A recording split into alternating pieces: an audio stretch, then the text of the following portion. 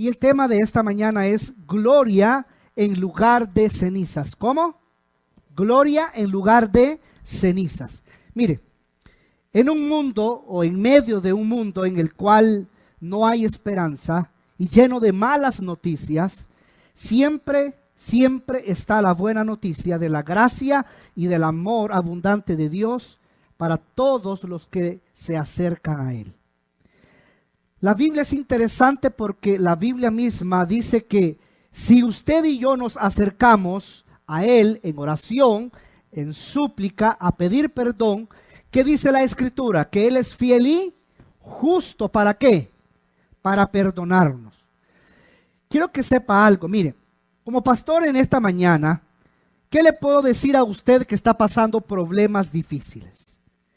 De hecho, la enseñanza de este día no se trata qué hacer para que no suceda. No, se trata qué hacer cuando ya todo se acabó. Quizás ayer o hoy mismo al salir de su casa peleó con su pareja y le dijo que mejor se divorcie, que ya no lo aguanta, que ya no lo aguanta, que mejor se vaya de la casa. ¿Qué hacer cuando usted tiene ya el papel enfrente solamente para firmar? ¿Qué hacer cuando ya probablemente más de un año y ya no le habla? Cuando le dice que se olvide de que existe y tantas cosas más. Ponga mucha atención a lo siguiente. Primera de Pedro, capítulo 1, versículo 13 y 14 dice lo siguiente. Por lo cual, habiendo ceñido los lomos de vuestro entendimiento, sed sobrios, y tened vuestra esperanza puesta por completo en la gracia que os será traída en la revelación de Jesús el Mesías, como hijos obedientes, no amoldándonos a las antiguas pasiones que teníais cuando estabais en vuestra ignorancia. ¿Qué prueba está pasando usted hoy en este día o en estos días? ¿Qué prueba usted está atravesando? ¿Qué dificultad hoy en día usted está pasando en su matrimonio? Fíjese que es interesante cuando vemos la palabra de Dios en estos versículos. Mire, aunque sea doloroso, aunque sea muy difícil, lo que Dios está poniendo a prueba es simple y sencillamente la fe. Por tal razón, usted y yo debemos entender algo. Si usted se dice ser cristiano, ya no puede actuar como antes. Es decir, ya no puede actuar como un niño o una niña caprichoso o caprichosa. Ya no. Es interesante porque cuando vemos en esta escritura que Pedro nos habla y dice, por lo cual habiendo ceñido los lomos, ¿de qué? De vuestro entendimiento. Fíjese que es interesante porque el mismo Pedro en versículos atrás dice algo bien, pero bien interesante. Y quiero que lo leamos, por favor. ¿Qué dice?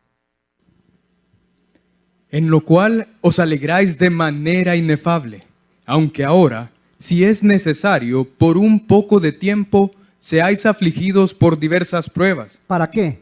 Para que la prueba de vuestra fe, mucho más preciosa que el oro, el cual, aunque perecedero, es probado por fuego, sea hallada en alabanza, gloria y honra en la revelación de Jesús el Mesías. Así es. Mire, es en esos momentos cuando decimos, ¿por qué a mí, Señor? ¿Por qué me está sucediendo esto a mí? Lo primero que hacemos es dudar de sus intenciones. Espéreme, ¿cuáles intenciones, pastor? Lo que la misma Biblia dice. Si es necesario por un poco de qué, iglesia, si es necesario por un poco de qué, de tiempo. ¿Qué pasa? Seáis afligidos por una prueba. ¿Qué dice la Biblia? Por diversas pruebas. Y es que es interesante. Es interesante porque lo primero que nosotros hacemos es dudar de sus intenciones. Estamos dudando, como si Él fuera malo.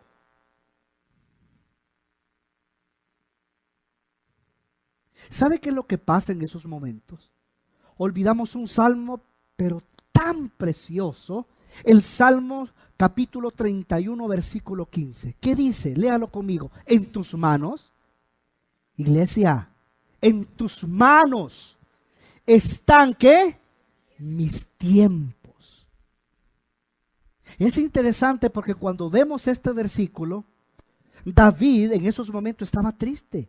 Su vida se había consumido en la aflicción. Y sus años en el gemir, su angustia mire, en su angustia había agotado todas sus fuerzas, todas. De hecho, aún hasta sus huesos se habían consumido en su interior. ¿Por qué? Mire, crueles enemigos lo perseguían con malicia y astucia hasta el punto de buscar su vida. Mire, David en tales momentos, él utilizaba el mejor recurso que hay para el dolor. ¿Por qué? Porque más adelante en el versículo 14 él dice algo bien impresionante. Dice, mas yo en ti confío, oh Señor. Mas yo en ti confío, oh Señor. David no tenía otro refugio sino el que había encontrado en su fe en el Señor, su Dios. ¿Quién lo está siguiendo a usted? Su esposo, su esposa, el otro, la otra. Le está llamando para que mejor se aparte y le deje el camino libre. David, sí, los enemigos lo denigraban. ¿Sabe qué hacía David? Él no volvía injuria por injuria. Es decir, me pegaste. Hoy vas a saber quién soy. Ah, ¿me dijiste eso? Pues yo te digo más. David no volvía injuria por injuria. ¡Qué impresionante! Mire, si tramaban quitarle su vida, no enfrentaba la violencia con violencia. ¿Sabe qué hacía David? Sino que sosegadamente confiaba en el Señor. Por eso es que es impresionante. Ponme el versículo anterior, por favor. Porque en el versículo anterior del capítulo 31, él canta este salmo tan poderoso. ¿Qué dice? En tus manos están mis tiempos. Es impresionante porque esto para él, esto era un hecho sumamente alentador. No tenía temor de sus circunstancias. No. Pues todas las cosas, quiero que sepa, iglesia, que están en las manos divinas del Creador. Diga conmigo, mis tiempos. Iglesia, mis tiempos.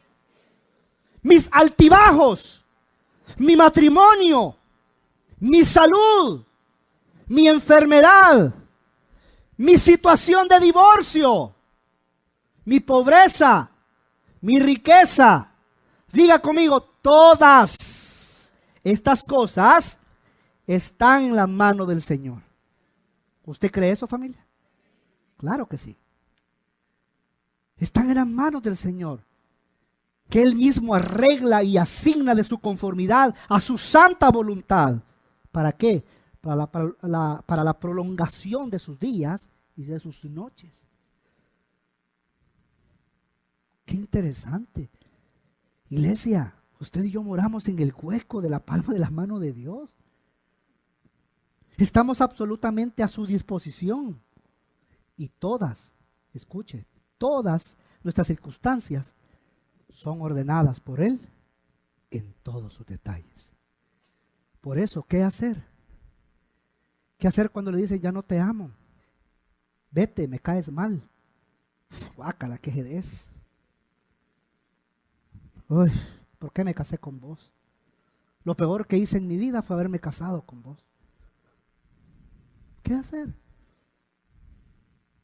Tu esposo, tu esposa ha fallado. ¿Qué poder hacer cuando todo haya acabado? Primera de Pedro, iglesia, capítulo 1, versículo 13. Por lo cual, habiendo ceñido los lomos de vuestro entendimiento, sed sobrios y tened vuestra esperanza puesta por completo en la gracia que os será traída en la revelación de Jesús el Mesías, como hijos obedientes, no amoldándonos a las antiguas pasiones que teníais cuando estabas en vuestra ignorancia. Mire, vea para acá. Una vez recibido el don de salvación, como lo dice el versículo anterior, específicamente el versículo 9, usted y yo no podemos dar por sentado este gran tesoro. Somos hijos de Dios. ¿Cuántos hijos de Dios hay acá? Ok, escuche. Somos hijos de Dios. Por lo que usted y yo debemos de hacer la voluntad de nuestro Padre Celestial. Es interesante porque Pedro nos enseña qué hacer a través de 3 mandatos. Y lo vamos a ver rápidamente. El primero de ellos, léeme una vez más, versículo 13, por favor. Por lo cual, dice, habiendo ceñido los lomos de vuestro entendimiento. Mire, vea para acá. Pensemos por un momento en una persona del siglo I que recogía y doblaba sus pliegues de su larga vestidura, ondeante bajo la cintura. Para que entendamos mejor, es que usted debe entender primero el contexto de esto. Mire, usted sabe que antes usaban túnicas, ¿verdad? ¿Sí? Hello. What? Ok. Mire, para que te damos mejor el ejemplo. Usted, las mujeres, ¿usted ha ido alguna vez a una boda con esos vestidos hermosos, largos? ¿Sí? ¿Sí? Ok. ¿Corra usted con esos vestidos? ¿Verdad que no puede? Imposible. ¿Qué hacen las mujeres cuando andan con vestido? Claro. Pues quiero que sepa, escuche, quiero que sepa que Pedro lo que está diciendo aquí es algo pero bien importante, interesante. ¿Sabe qué es lo que está diciendo Pedro acá? Que nada estorbe vuestra mente cuando usted y yo la pongamos a actuar.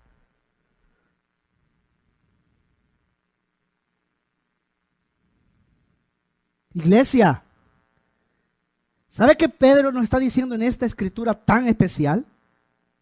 En tiempos de prueba, cuando todo está fallando o ya falló, cuide sus pensamientos. Cuide su mente. No diga, me vale todo. Me voy a matar. Voy a tirar todo a la basura. Me vale, me voy de la iglesia, me vale ser cristiano, me voy de la casa, me vale Jesús, me vale mi matrimonio. No voy a luchar por mi matrimonio. De todos modos ya ni me habla, ni caso me hace. Ya no le voy a hablar. Es más, si me llega a hablar, le voy a decir esto. Y unos hasta apuntan. Si me dice esto, yo le digo esto. Si me dice esto, yo le digo esto. Como que fuera un campo de batalla. Pero claramente lo que vemos en esta escritura, ¿qué dice Pedro al principio? Por lo cual, habiendo ceñido los lomos de vuestro entendimiento. En tiempos de prueba, cuide sus pensamientos. ¿Cómo, iglesia? Hello. ¿Cuide qué? Sus pensamientos. No la voy a buscar. ¿Para qué? De todos modos me rechaza. Cobarde. Sea hombre o sea mujer. Es su esposo, es su esposa. Búsquela. Esos pensamientos que al final son venganza. Claro que son nada más mecanismos de defensas para alejarnos. La pregunta es, ¿qué te dice Cristo? Esa es la pregunta, ¿qué te dice Cristo? Ceñir los lomos. ¿Cómo, iglesia? Ceñir los lomos. Es decir, agarrar nuestros pensamientos y llevarlos cautivos, ¿dónde? A la obediencia de Cristo.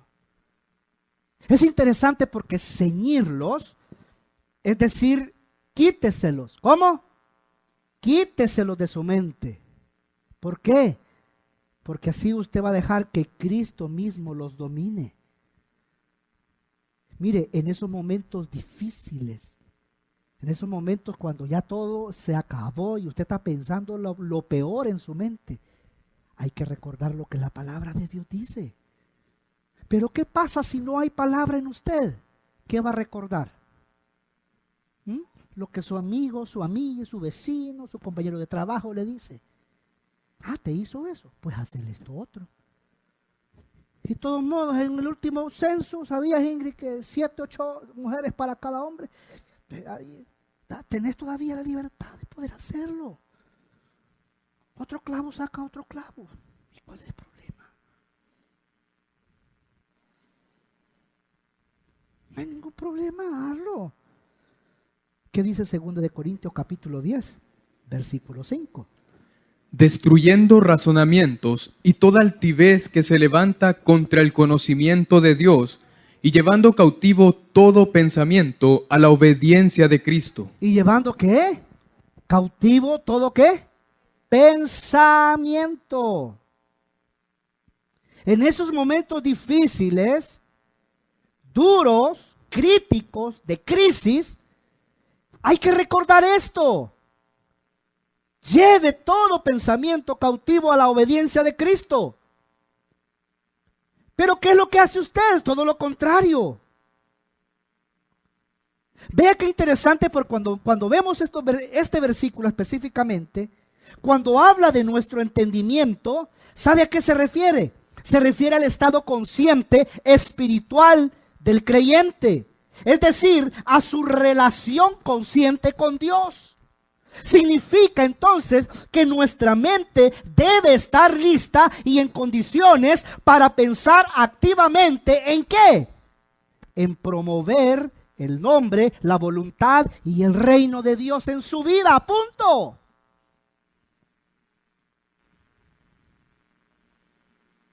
Mire, la mente debe estar libre de todo estorbo. De todo estorbo. Pero ¿qué pasa si no está libre? O más bien preguntemos, es más, ¿por qué no está libre? ¿Por qué sigue pensando en arreglar las cosas como el mundo las arregla?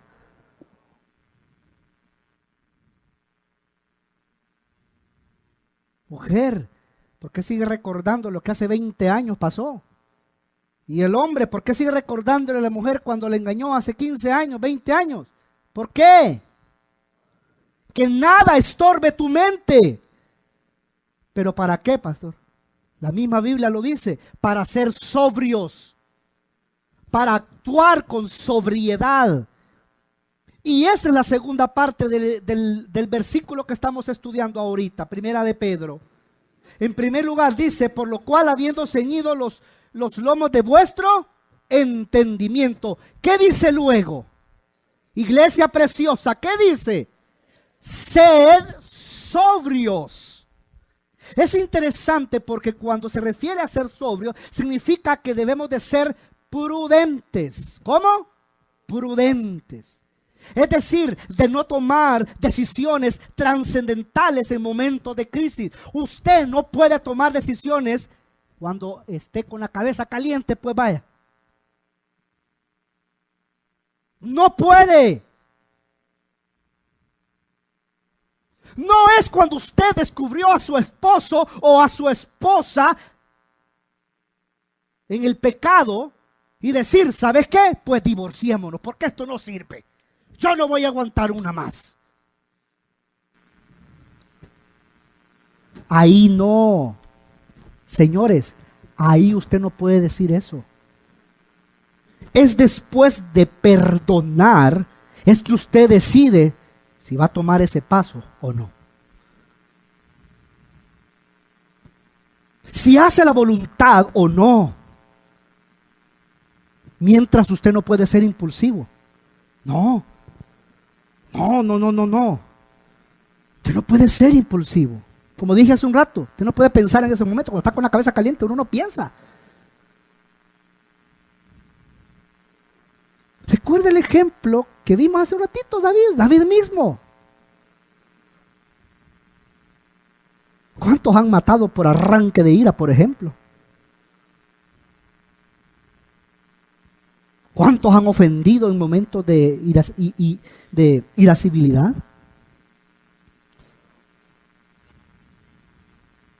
¿Cuántos?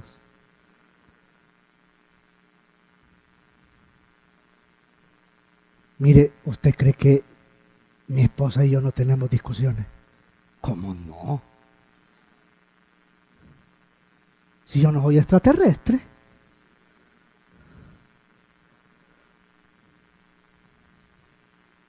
¿Sabe que en los más de 10 años que Dios nos permite poder estar casados, hemos pasado situaciones difíciles, pero bien difíciles, bien difíciles?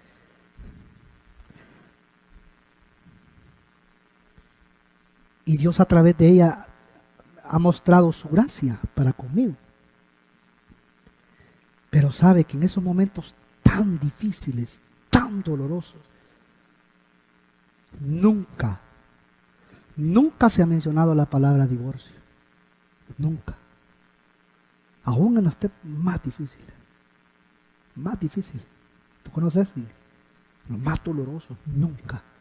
Nunca se ha mencionado divorcio. Sí, homicidio.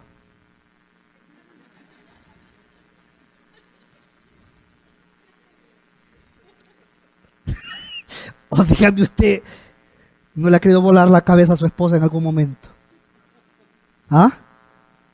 ¿O esposa, no le ha querido volar la cabeza a su esposa en algún momento? ¿Ah? Ah, no. Frente a ángeles estoy predicando aquí ahorita. Claro.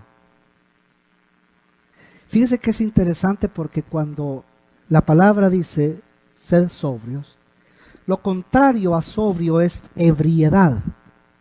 Es decir, que está en control de otra o de otro pensamiento, de otra cosa o de otro pensamiento. Cuando usted, se echaba los tapirulazos, pues va, ¿verdad? Cuando andaba mero zapatudo, usted de verdad, usted piensa como cuando está así, como dice el buen salvadoreño, cuando está cuerdo.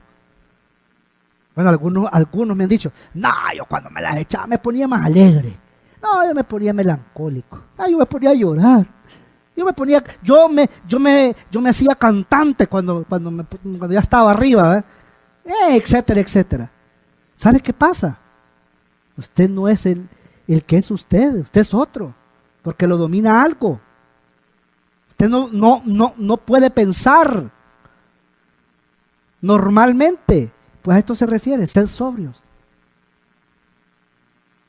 ser prudentes. Usted no puede tomar decisiones. No puede tomar decisiones en el momento justo que probablemente usted se dio cuenta de la situación. Ahí usted no puede tomar las decisiones. No. La mente debe estar libre de apuros y confusiones. Debe de rechazar la tentación de verse influenciado o influenciada por diferentes cosas que la pueden alinear.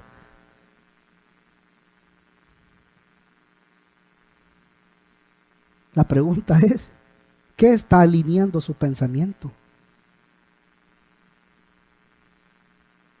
Lo que su amigo le dice, o lo que la Biblia le está diciendo a usted ahora. ¿Qué le impide ser sobrio?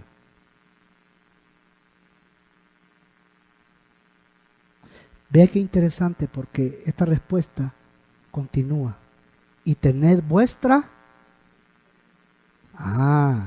mire que usted debe entender algo. Cuando Pedro escribía esto, los hermanitos no estaban echándose el mango tuija allá afuera bien felices. No, estaban en una situación difícil. Dice, y tened vuestra esperanza puesta por completo ¿en dónde? Iglesia, ¿a dónde va a tener esa esperanza puesta? En la gracia que os será traída ¿en dónde? En la revelación de Jesús el Mesías. Que es precisamente eso, la gracia futura. Ponga su esperanza en la gracia que Dios va a traer en el futuro. Es decir, Si Dios hasta el día de ahora ha sido bueno, ¿acaso usted y yo vamos a dudar de que lo seguirá siendo en el futuro? Dios no me va a fallar ahora.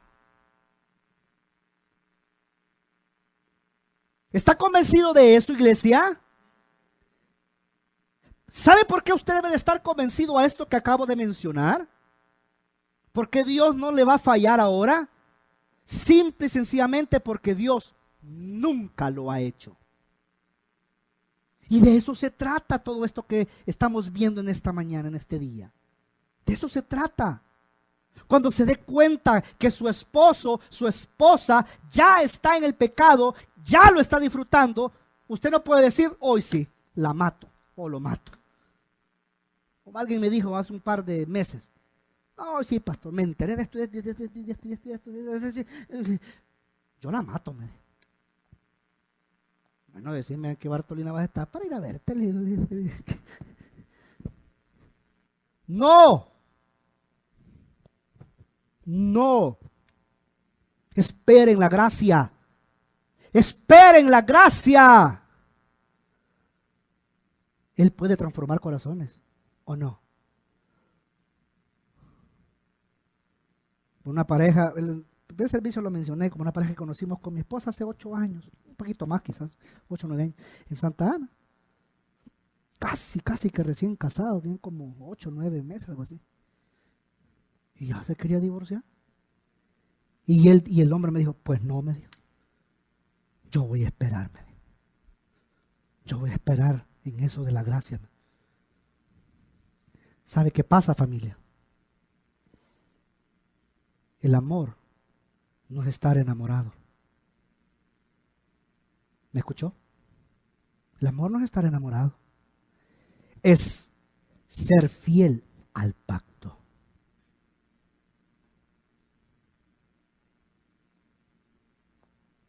Cuando usted dijo frente al predicador, sí, acepto. En la buena y en la mala, sí, acepto. En salud y enfermedad, sí, acepto. En pobreza y riqueza, sí, acepto.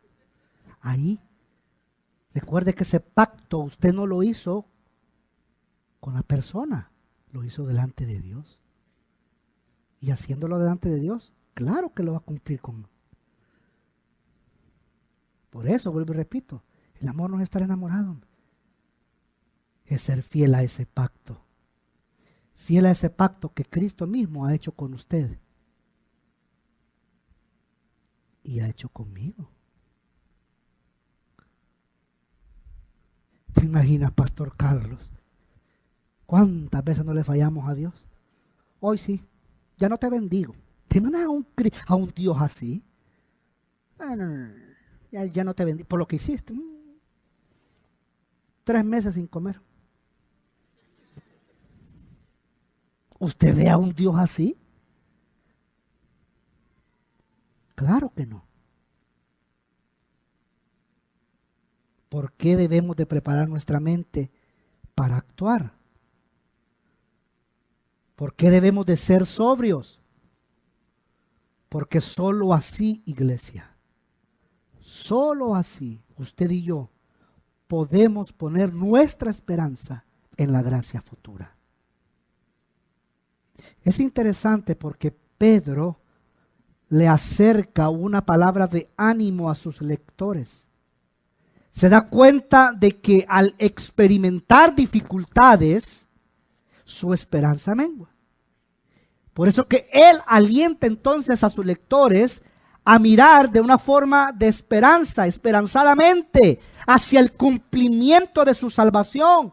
¿Por qué? Porque quiere que ellos tengan una esperanza viva en cuanto a su herencia.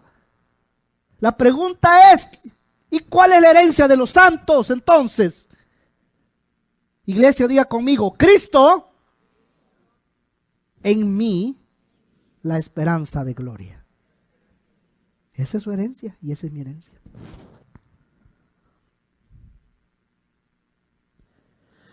Para que entendamos todo esto que acabo de mencionar hasta este momento, hay una historia en la Biblia poderosísima que refleja el verdadero perdón, amor, esperanza, obediencia y también por otro lado el pecado. Una historia que claramente nos habla que ni ahora frente a los problemas ni después de la muerte nos aleja de la seguridad de nuestra esperanza. ¿Por qué? Porque Dios nos ha derramado su amor en nosotros y ese amor es lo que nos guarda. Ese amor es el que lo guarda a usted y a mí. Por eso es que es interesante que para entender este misterio de amor de Dios como el fundamento de nuestra esperanza, quiero tomar una historia verdadera de amor que se encuentra en la Biblia. Una bella y poderosísima historia real que nos ilustra cuán grande amor Dios tiene y por qué con seguridad usted y yo podemos confiar en Él. Y esta historia es nada más y nada menos que la historia del profeta Oseas. Vayamos rápidamente a la Biblia en Oseas capítulo 1, versículo 1. ¿Qué dice? Léemelo por favor. Revelación del Señor que tuvo Oseas ben Beri en los días de Usías, Jotam, Acaz y Ezequías, reyes de Judá, y en los días de Jeroboam ben Joás, rey de Israel. Oseas fue el primero. No voy a profundizar mucho en este versículo porque hay mucho que podemos aprender más de los versículos más adelante que hay. Pero Oseas fue el primero de los profetas menores. ¿Por qué profetas menores? Porque por la brevedad de las profecías, en comparación, ¿verdad?, a las obras de los profetas mayores como Daniel, Isaías y todos los demás profetas mayores, a él se le llama profeta menor. Pero es interesante porque en el contexto es Israel, en esa época, eran tiempos de paz política, de prosperidad material, pero también, por otro lado, de corrupción moral y una bancarrota espiritual grandísima. Por esto es que el libro comienza como lo hace. Una vez más, versículos 2 y 3, Oseas capítulo 1. Revelación.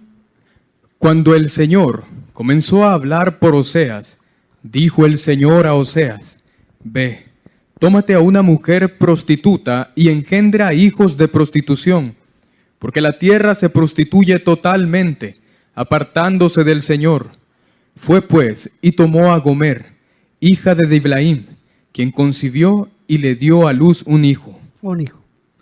Qué interesante, porque Dios mandó al profeta Oseas a hacer toda una hazaña de fe.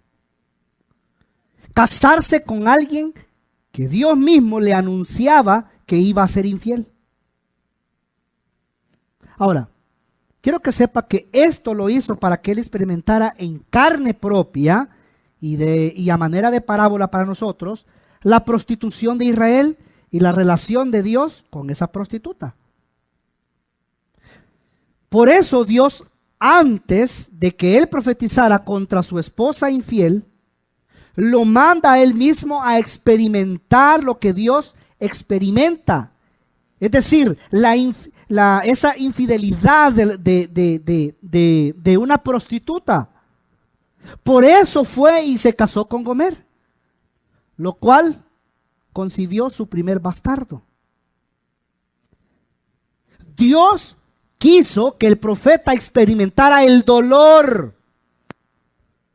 Dios quiso que experimentara ese dolor de la traición, las consecuencias de la prostitución. Y por ello su esposa fue tal prostituta, tal ramera, que concibió rápidamente o salió en pos de otros hombres. Se cumplió lo que Dios le había dicho. Mire, en el capítulo 1, versículos 4 y 6 y versículos 8 y 9, se mencionan los hijos. Y rápidamente los quiero mencionar. Al primero de él le puso Jezreel. Dios, con este nombre, lo que estaba haciendo es que le estaba recordando que la ciudad de Jezreel, Jehú, rey de Israel, se enfureció, que mató a Joram, a Amasías y también a Jezabel y los 70 hijos de Acab. Pero es interesante. Pero que aunque lo hizo, según Dios quiso, Jehú demostró su impetuosidad, mostró su ira, mostró violencia y mostró tiranía. Por eso es interesante, porque cuando Dios dice que quebrará el arco de Israel, está diciendo que aunque Israel se ha vuelto violenta, irascible, tirana, Dios la quebrará. Y es interesante porque esto se cumplió en el año 722, cuando los asirios la invadieron. Se cumplió la primera promesa. Luego viene una segunda hija. Bueno, el primero fue varón, la segunda hija. Y le puso los Ruama. Perdón. Sí, los Ruama. Es interesante porque esto significa, escuche, no compadecida o no perdonada. ¿Qué estaba haciendo Dios con esto? Mire, rápidamente. Anunciaba su segundo juicio. Que no tendría lástima de Israel.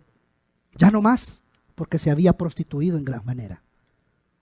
Y en tercer lugar, este otro varón, a este le puso Lo-Ammi.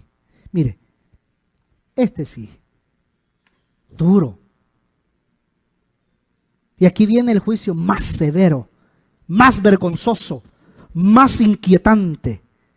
Le dice, ponle Lo-Ammi, que esto significa no pueblo mío, o no son mi pueblo.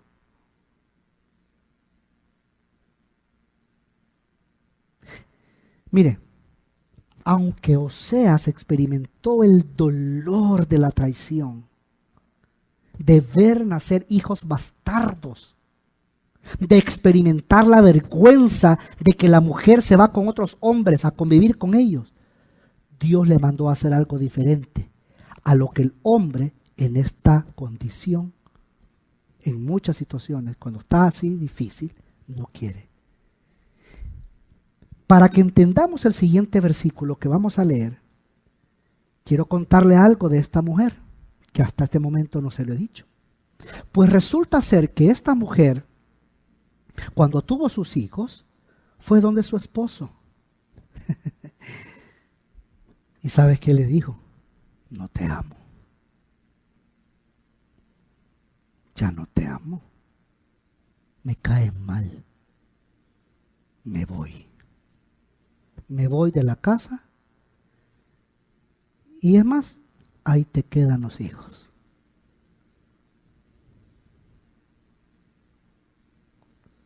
Pero esto no termina ahí. No solamente se va y le deja los hijos, sino que le dice, me voy con el hombre que he amado, el primer amante. Y resulta ser que se va con ese amante, y al irse con este amante, pues al principio todo comienza bien. Pero de repente, este amante comienza a tratarla mal, a tal punto que no le da ni comida ni vestido. Y en una de esas, el profeta Oseas se da cuenta de que su esposa, la prostituta, la ramera, la infiel, no tiene para comer, no tiene para vestirse.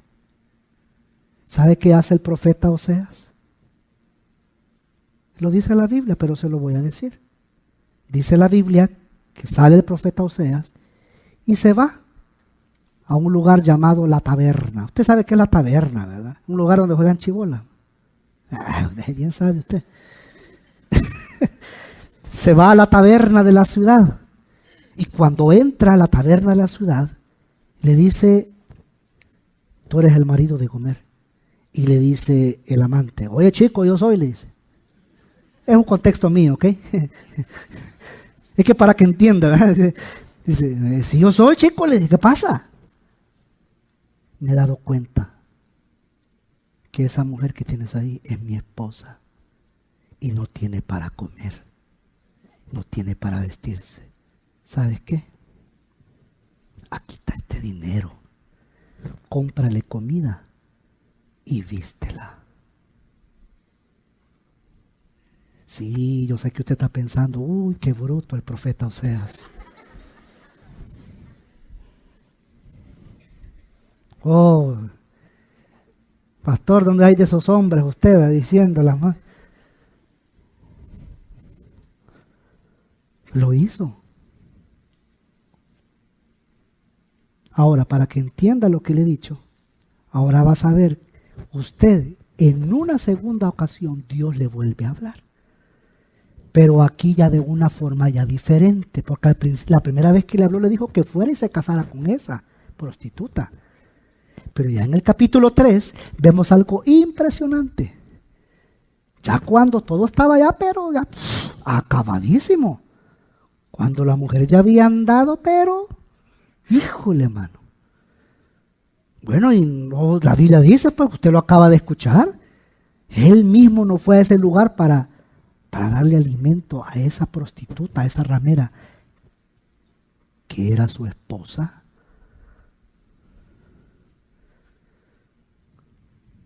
¿Qué dice capítulo 3 de Oseas? Versículo 1 y 2. Me dijo el Señor, ve otra vez, ama a una mujer amada por su marido, y aún así adúltera, tal como el Señor ama a los hijos de Israel, aunque siguen a dioses ajenos y aman las tortas de uvas pasas. Me la compré por 15 siclos de plata y un homer y un letec de cebada. Es interesante porque ahora vemos a Oseas y Gomer frente a frente. Después de que ésta se fue a vivir con otro hombre y en otro lugar. ¿Sabe qué pudo haber hecho el profeta Oseas? Él pudo haber ido a pedir el divorcio. Lo que muchos hoy en día hacen, cobardes, buscan la vía más fácil. Oseas le pudo haber pedido a las autoridades que fuera apedreada. Como muchos aquí cobardes, mujeres y hombres, le ponen demanda a sus parejas. Cobardes. Oseas, él pudo haber dicho, soy libre de ella, porque ella fue la que adulteró, yo no. La del problema fue ella. La del problema es él. Él tiene que pagar, yo no. Pero es impresionante porque Dios no le dijo que hiciera eso nada más, que fuera y que la amara. Como un esposo ama a su esposa. Por eso, una vez más, hombre y mujer, parejas que están aquí, matrimonios, en momentos difíciles, ame. No corra, renueve sus pensamientos. Piense con la mente de Cristo. No como piensa el mundo o como el mundo enseña. No. Es impresionante porque luego que Dios le da la orden, ve y ámala como un esposo ama a su esposa. Es impresionante porque incluso dice la palabra de Dios que la compró. La compró. Pagó por la ramera. Pagó por su esposa prostituta.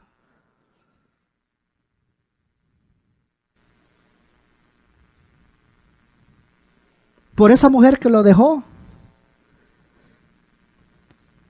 Por esa mujer que le dijo que ya no te amo. Que incluso hasta los hijos bastardos le dejó. Él pagó un precio por recuperar una esclava. Sí, porque en ese entonces ya era esclava. Porque el amante ya le había dicho, ya no.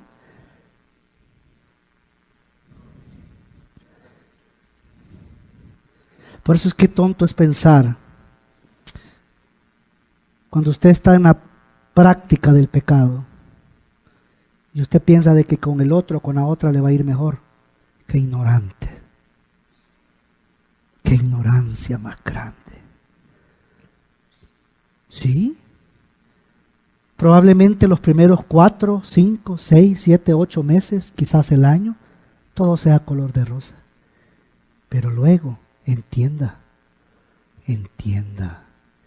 la misma naturaleza pecaminosa lo va a llevar a otro, a otra, y así, y más, y más, y más, y más, y más, y más.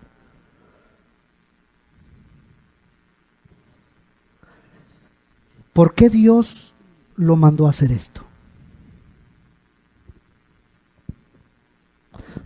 Porque aunque Dios cumplió, escuche, y esto es impresionante, esta es la enseñanza para todos nosotros. Porque aunque Dios cumplió cada uno de sus juicios, en medio de esos juicios tan duros, tan severos, Él mismo profetizó de su gracia en el futuro. Él incluyó el oráculo de restauración de su amor por Israel. Porque no solo Dios es Dios justo e irado, iglesia, sino que también es un Dios misericordioso y también un Dios de gracia.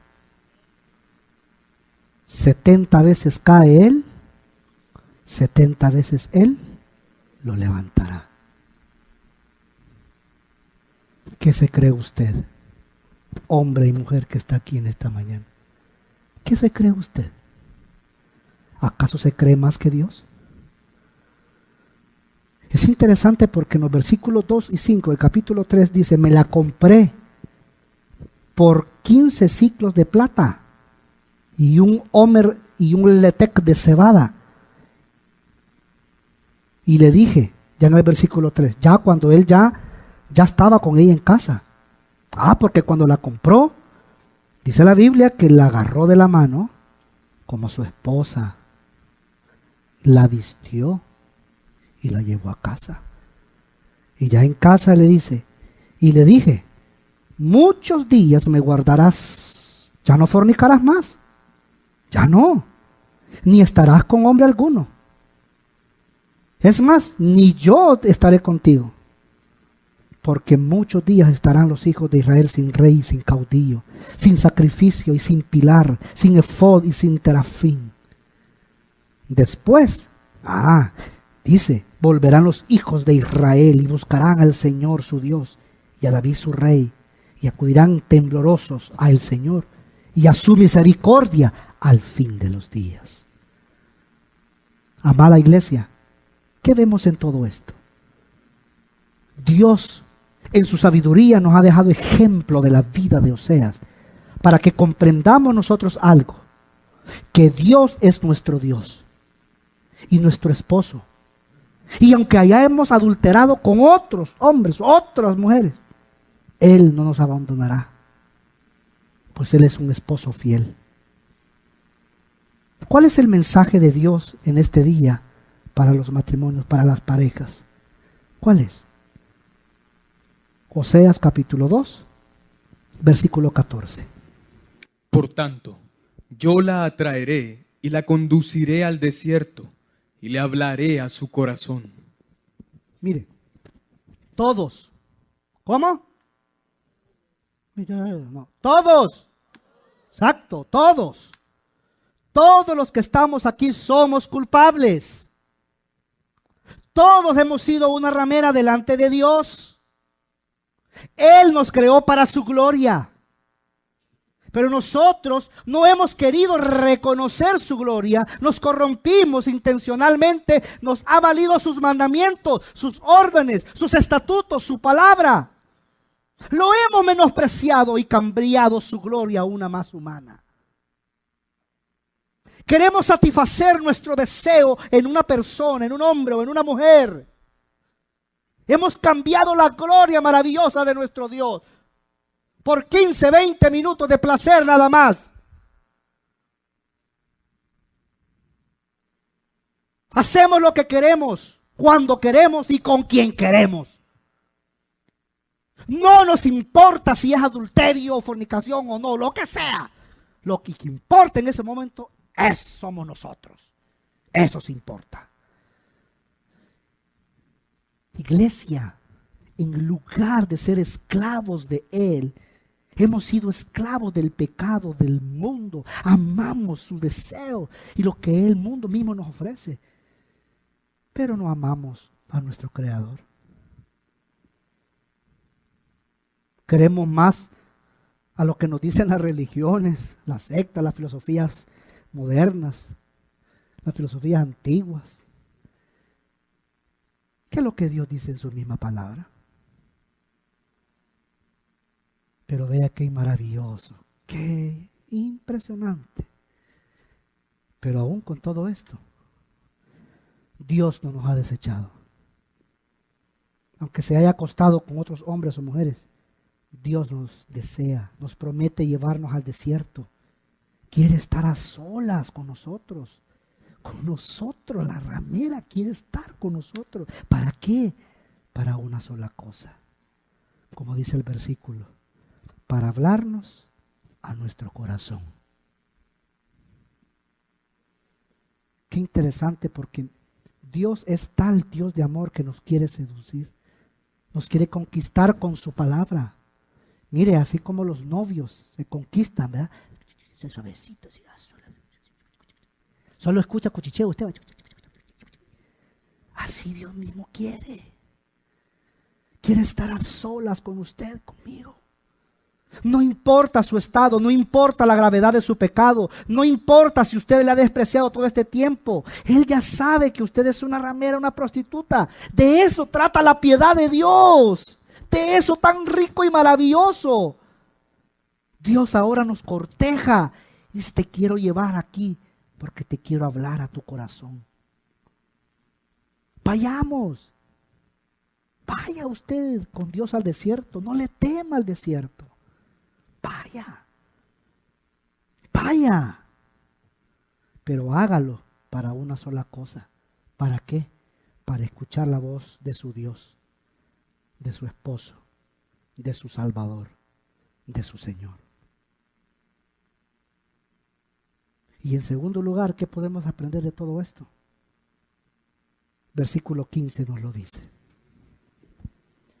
Allí le daré sus viñas y el valle de Acor como puerta de esperanza. Allí me responderá como en su juventud, como cuando salió de Egipto. Es interesante porque, sin embargo, desde ese lugar de aflicción o ese valle de tribulación en que fueron atribulados, Dios abre una puerta de esperanza. Una puerta para regresar a casa. ¿Y sabe cómo se llama esa puerta? ¿Sabe cómo se llama esa puerta? Cristo, Jesús. Hay esperanza aún para usted. Y esa es la gloria futura.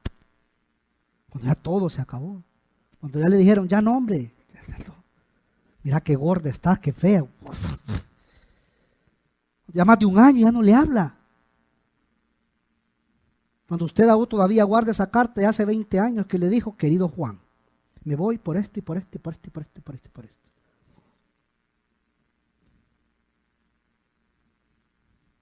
Hay una puerta de esperanza. Y esa esperanza es lo mismo que nos mencionaba Pedro. Y en tercer lugar, este es el versículo que a mí en lo personal, cuando preparaba esto, me quebrantó muchísimo. Versículo 19. ¿Qué dice? Te desposaré conmigo para siempre. Te desposaré conmigo en justicia y derecho, en benignidad y gran misericordia. Te desposaré conmigo en fidelidad, y tú conocerás al Señor. Qué impresionante. Qué maravilloso. Mire, 3 veces dice Dios, te desposaré. ¿Cuántas veces? 3. Qué especial. Y es que mire, tal es el amor de Dios, que aunque hayamos sido una ramera todo el tiempo, que aunque no nos ha importado su palabra, Él mismo o su voluntad misma, Dios nos quiere desposar. Y la Biblia lo dice. Nos quiere desposar en justicia, en derecho, en benignidad, en misericordia, en fidelidad. ¿Y por qué? Porque con esto conoceremos a Dios. Es ahí, en esos momentos difíciles, dolorosos, duros,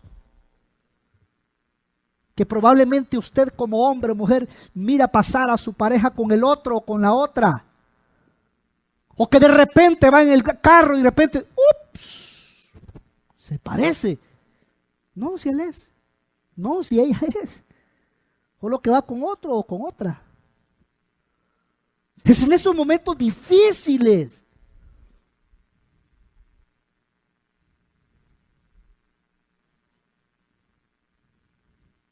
que conoceremos a Dios.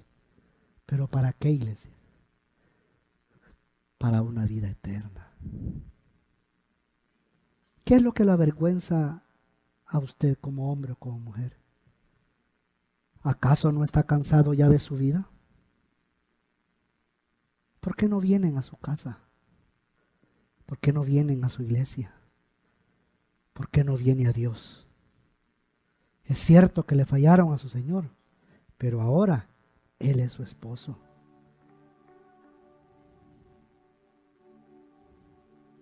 Le fallaron a usted, como mujer, como hombre. Él es su esposo.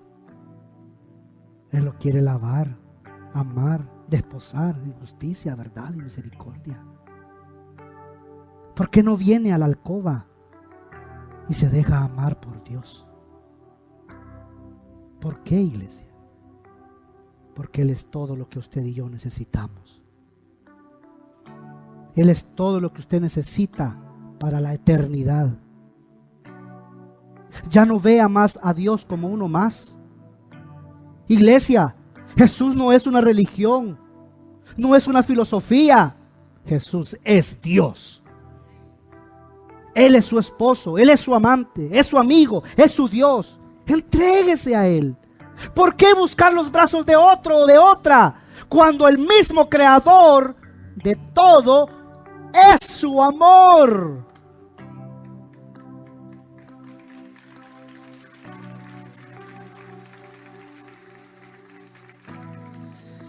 Iglesia, en este día la buena noticia es esta: que no importa lo que hayamos hecho en el pasado, cuánto pecado, cuánto adulterio, cuánta prostitución, cuánta fornicación, Cristo Jesús es su esposo y es mi esposo. Y Él siempre nos ha amado con amor eterno. Y ahora no solo quiere que usted y yo le sirvamos a Él como Señor, sino que le amemos, nos entreguemos a Él como a la esposa a los brazos de su esposo. Mire, este ejemplo que Dios nos deja en Oseas, que Dios en su misericordia y gracia siempre triunfará sobre la prostitución de su esposo, sobre de su esposa. Mire, gloria a Dios por ello. En este día, regrese a casa, regrese con su esposo. Déjese amar por Él, sírvale a Él, sírvale como su Señor de su vida, pero ámelo como su esposo.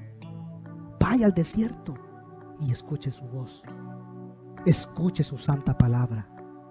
Entréguese en amores con Él, como dice la Escritura, con toda su mente, con todas sus fuerzas, con toda su alma, pero eso sí, pero con su corazón. ¿Por qué, iglesia? Porque si Él obtiene su corazón, entonces ya lo obtuvo todo de usted. ¿Qué significa esto? Que su corazón sea para su esposo, para el Señor, Salvador, Rey y Dios. Que su corazón sea para Jesús, que su corazón sea siempre para Él. ¿Le ha fallado? La esperanza está en Él. Amén. Ore conmigo.